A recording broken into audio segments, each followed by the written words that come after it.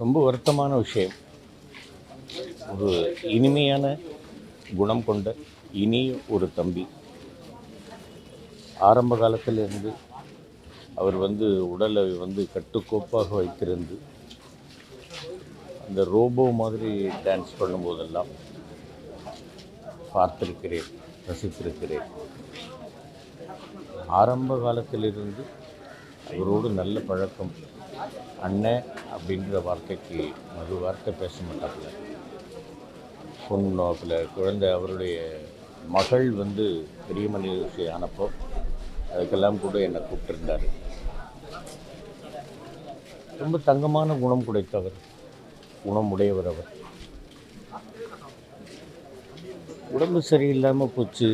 அதுக்கப்புறமா நாங்கள் எல்லோரும் கோவா போயிருந்தோம். அப்போது ரொம்ப மெலிஞ்சு தான் காணப்பட்டார்.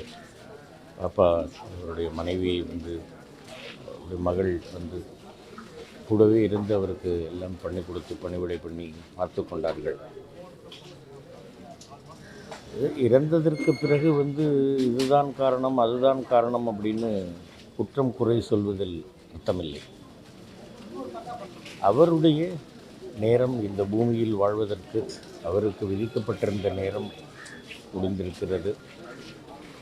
அவர் இந்த பிறப்பு போதும் என்று இறைவன் முடிவெடுத்திருக்கிறார். அவருடைய ஆன்மா பிரிந்திருக்கிறது. அவருடைய குடும்பத்தாருக்கு என்னுடைய ஆழ்ந்த இரங்கல்கள். அவருடைய ஆன்மா சாந்தி அடையட்டும்.